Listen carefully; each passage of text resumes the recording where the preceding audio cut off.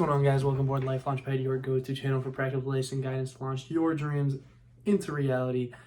I'm Andrew Savina, and welcome back to another video. Today, it's been a couple of days. I've been trying to upload every couple of days. I also changed the mode to the cinematic mode. Like, look at this, so clear, and then there's the blur in the background. It's kind of cool. I kind of like this. We'll see how it goes. We'll take off the hoodie.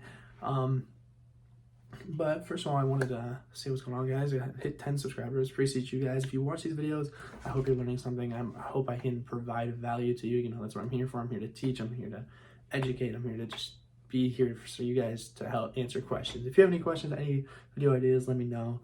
I guess we'll get into a little bit of updates. Market was closed on Monday. We're going to start off financial. I've been doing some buying right now. I do dollar cost averaging, so I've been just, slightly buying different stocks. I've been trying to create more of a split between ETFs and stocks. I was very heavy in stocks, but I want to do a little bit of safety. So we're doing that right now. Fitness, had a good workout today. I've been, staying on the fitness grind to 225. Hopefully I could do I'm gonna try and do a push workout video pretty soon when I come back. Yeah, probably when I come back. Other than that, let's get straight into the video. Actually, I want to talk about my other videos. They've been doing pretty good, and I hope you guys enjoy them.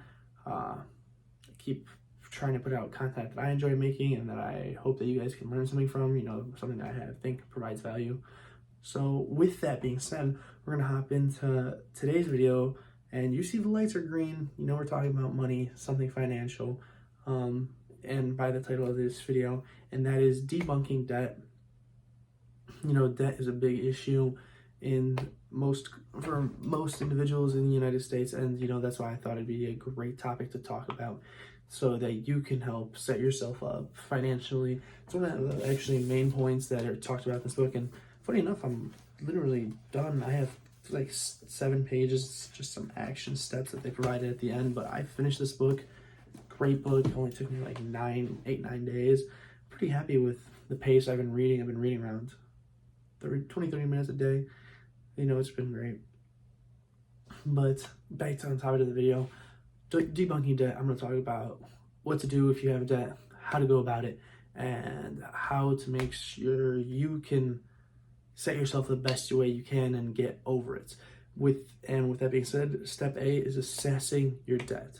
You can't really make any forward progress without realizing what debt you have. You have to currently analyze what kind of debt, that includes student loans, mortgages, car payments, credit card debt, any other loans and you could have taken out.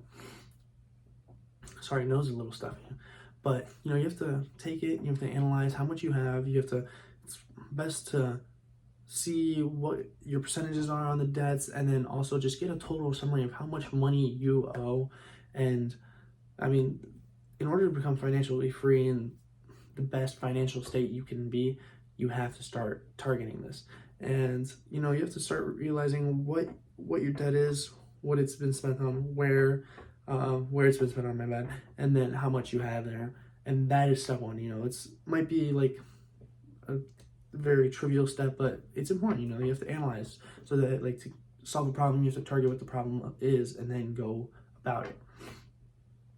The next step is prioritizing your debt. You have to see some debts you're gonna have more. Your mortgage is obviously gonna be one of your highest debts. Your car payments might be a lot. Student loans, depending on how much you have, and then your credit card debt. You have to analyze where how much you owe in each category, and then how much the interest rate is.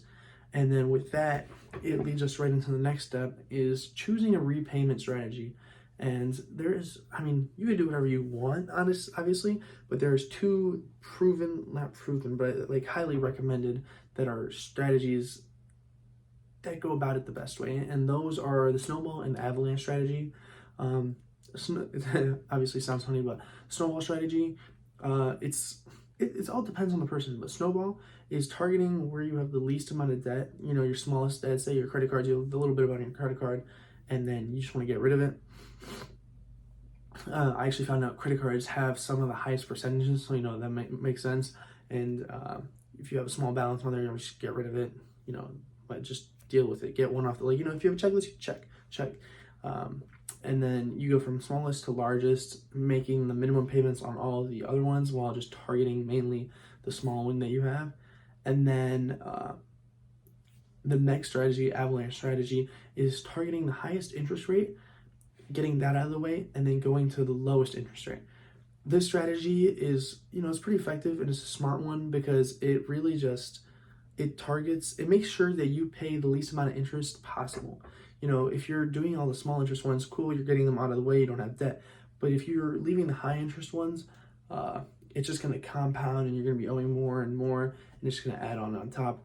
Obviously, it all just depends on the person. Your high interest one might be extremely a large sum of money that's just hard to get rid of fast, so it might make sense to do everything. It all depends on a situation basis. Obviously, I'm not a financial advisor, and all the information I give is just my personal opinion.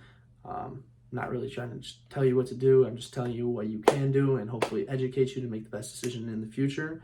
But obviously, there's pros and cons to both of them.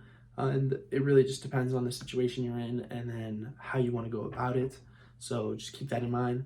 And then final step that I have about debt is planning for the future. It's important to plan for the future. If you have a lot of debt now, you want to make sure that you can set yourself up the best way possible to avoid these hiccups and these bumps in the future, so that you're set up and you know what's going to happen and how you're going to go about it. Maybe not spending as much on your credit card, targeting how much you spend on credit cards. Looking at your car, and maybe you don't need to buy another car, take out a loan because that's going to put up more debt. Maybe focus on paying off other debts before you do splurge on something else, or just, obviously best to just have no debt. The goal is to have no debts. Once you have no debt, you're really full throttle, full pedal to the metal on saving money, investing money, and being able to, diversify what you're in and,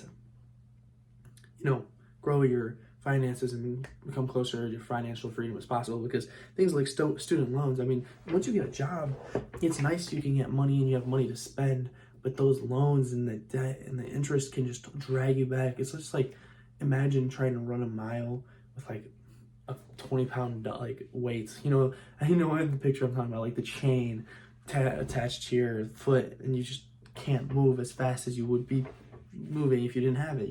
That's really good image comparison to make. It's really just a chain holding you back, and once you break free of that chain, you're full on sprinting.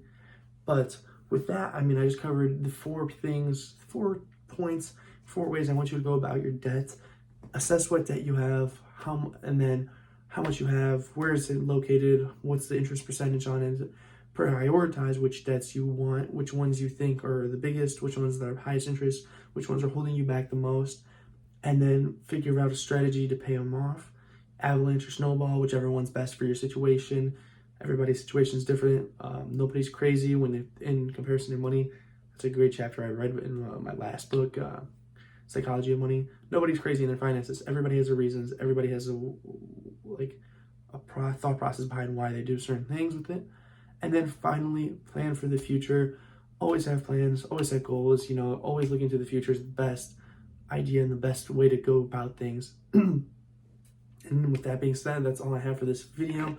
Thank you for tuning in to another episode of Life Launchpad. Always remember, the power to reach and transform your life and reach your goals is within you. Never stop learning, never stop growing, and never stop launching to your dreams. I'm your host, Andrew Savina, and I will see you guys in the next video. Peace.